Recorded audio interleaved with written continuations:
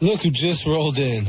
It's time to butter up your ears for laughs, life, and a little flaky wisdom. It's all about the biscuits with RJ. At All About the Biscuits, we believe life's just a big old platter of toppings. Flaky, spicy, sweet, even messy. And guess what? We butter them all up and dig right in. Whether it's real talk or ridiculous rants, I'm RJ and we're serving it hot. All topics, all biscuits, always served hot.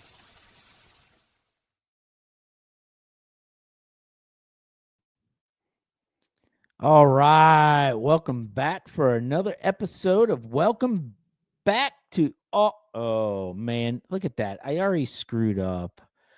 Welcome back to another episode of All About the Biscuits with RJ. That's right, this guy. We're coming in hot, all topics served up all the time. Maybe a little messy, maybe a little flaky, but sometimes maybe a little spicy. Thank you. I know that is so dorky, so annoying, but you know what? I'm a corny kind of guy, and that's the way I like to keep it. Woo! All right, time for the disclaimer. One take, that's all. If you don't like it, there's the door. Don't let it hit you where the good Lord split you. Woo! All right, we're coming in hot today, and we're going to be talking about it's really happening, or should I say, it is happening. My last day on my government contract for the VA is November 18th. That's right, November 18th. And let me repeat that. I got it wrong. It is 11/15/25. 11/15/25. All right. Anyone got this bingo ball? 11/15/25. That's right. This guy does. Woo! You know, it's a part of life. Does it get me down? Absolutely. All the time. Is it weighing on my shoulders? Yes. It feels like I'm carrying a ton of bricks. Absolutely. Every day it gets closer and closer and closer and closer and closer. And how many times can I do this? And closer? No, each day, it gets harder. The anxiety, the stress. What are we going to do? What am I going to do? To be honest, I love my job. I love where I work. I love working for the VA, helping out our veterans and their staff to keep things going. There's nothing that I would change about it except, that's right, extend my contract so that I can stay with my company. But yeah, I've known it's not because of Doge or anything. The contract was going to end. We became a subcontractor, which is fine. My job didn't change. I got to be with the best team I've had since working for the VA. But, stuff's got to change. Consolidation is coming. The government shutdown doesn't help. Also, a lot of times executive management comes in, starts making changes, and they want to consolidate. And I'm all for not wasting money and consolidating, but it is tough on everybody, including myself. I've known that it's going to end on 11/15/25. Bingo, bingo, bingo. But it doesn't change the fact that I still haven't found a new position. So, like everybody else, I've updated my LinkedIn. I've updated my resume. I've tailored my resume so many times for so many different jobs. At this point, it's basically fan fiction. I don't even know what's real, what's not real, because, you update it, you get it specific for a position. And I read it and I go, well, I guess I've done a lot of this. Yeah, this is true to a point, but this makes me sound like the perfect candidate. Man, thank goodness for AI. But then I look at it and I go, I honestly can't use this resume. I think it distorts my ability. I think it adds big fatty words that, can pass through those AI checks that everybody has now. My resume for 25 years of experience is literally 3 pages. I break it all down, bullet points. I'm a I'm the kind of person that wants things simple, concise, and to the point. I don't like fluff. Black and white is where I want it. I want it simple and easy. And I would think most employers would be, but I have been on LinkedIn, Indeed, Monster, Tech Careers, and I have applied literally over the past 2.5 months to over 300 jobs.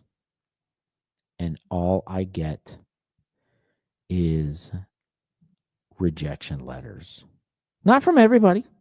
Not from everybody.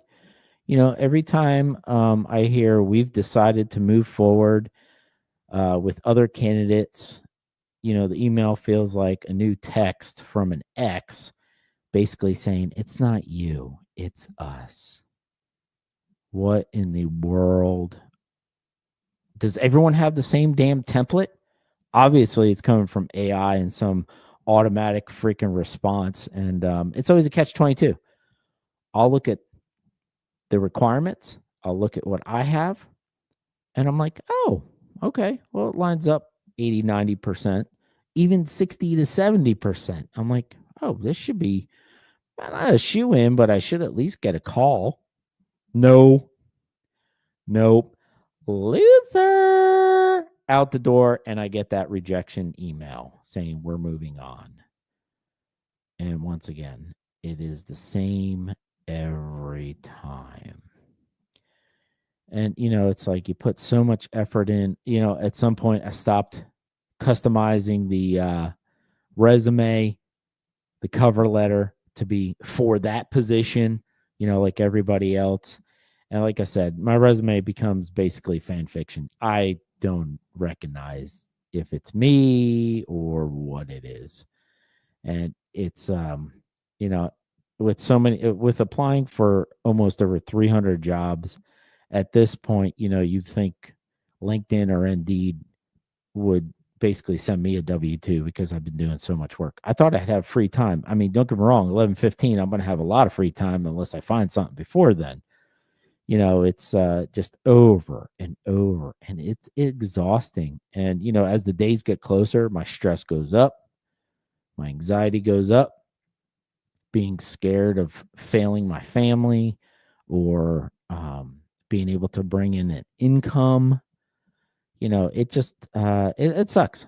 It really does suck, as much effort as you put into it. And, a lot of things are bots. I got to say, the one thing I did not realize, because it had been so long since I've applied for a job or trying to find a job, was with the amount of people that will reach out to you and say they're recruiters. And then you give your resume or you talk to them not knowing. And they go, oh, your resume needs to be updated. Do you want to pay this person that I know $50? Well, no.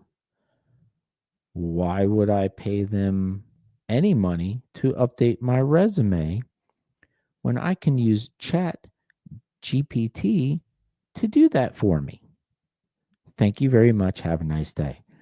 And then you realize the whole damn thing is a fucking scam. And being that it's been so long, I was like, are these people for real? Some of them are pretty good. They got a company email. And then the ones that just really suck, they got a Gmail. They're overseas somewhere. And you're like, yeah, no. I think one of the best things is, hey, can you send me an updated resume with your phone number so we could set up a call? Well, first off, you can see my resume through LinkedIn if you're legit. You can get my phone number from whether it's the podcast, the foundation, or my resume. Why do you need to ask me for it? As soon as they start asking you for things, it's a hoax.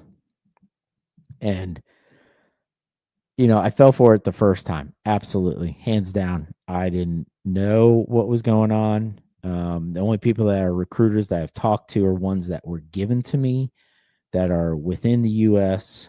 And, even some of them, I've talked to them. They're like, oh, we have this great position. Looks like you can fill it. Looks like all your skills line up. And then you hear nothing. That little sliver of hope that they give you. And then the disappointment sets in every time. I know that the job pool of people is probably by far the most skilled people I've ever seen. People that I know, friends of mine that are literally 10 times more skilled than I am at most things in life, probably. They have all this experience. And, I read the stories about people not being able to find jobs 6 months, a year. And I look at their resume and I'm like, how hard is it for these people to find a job? They've got 15 years of being a project manager, 20 years of being a scrum master. They're certified all over the place. And I get worried about little me with, I don't know, 4 or 5 certifications. I'm working on a couple more right now. And I can't find shit. I don't get any answers back. I will say this. One of the jobs I applied for literally was 100% match with Pokemon. Fucking Pokemon. I know what it is. How damn awesome would it be if I could work for Pokemon? I applied for that job 8 weeks ago. I have not, I repeat, not gotten that rejection email, and I am so stoked about it still. I want to walk in a room and go, I work for Pokemon, and just have Pokemon crap everywhere. I think it would be so cool. But, there is a thing. They haven't offered me a job or give me a call back. So I'm still going to hold out a little bit. Just a little sliver, just a little bit. I think it'd be cool. But, I'm very blessed in my life. Got a good network, working the network as much as I can. And it's all about who you know. It really, really is. So next episode, part 2, we're going to talk about where we go from here. And remember, it sucks that a lot of people are out of work. A lot of people are looking for jobs, and that the employers have the pick of the litter. And that's okay, because we're going to make it through. There's not a day that goes by that, sometimes in the middle of the day, I'll just be sitting here and I'll just start crying. And it's okay, because we're going to figure it out together. No one said life was easy. And, in the end, I hate to say it, but I say this a lot. My feelings don't really matter. It's what we do next. Each time we get hit, smacked in the face, it doesn't matter. It's what we do next that matters. All right, everybody, get ready for part 2 coming up later this week. Remember, be kind, make someone smile. We're all here to support each other. We're all here to serve each other. And I can't wait for you to come on back and listen to part 2. It is happening. Have a good one. And let me find the end recording button. Remember, be kind, make someone smile. Thanks for pulling up a chair with us at All About the Biscuits. Remember, life's messy, flaky, and sometimes sweet, but we're in it together. Don't forget to subscribe, follow, leave a review, and pass the plate to a friend. See you next time.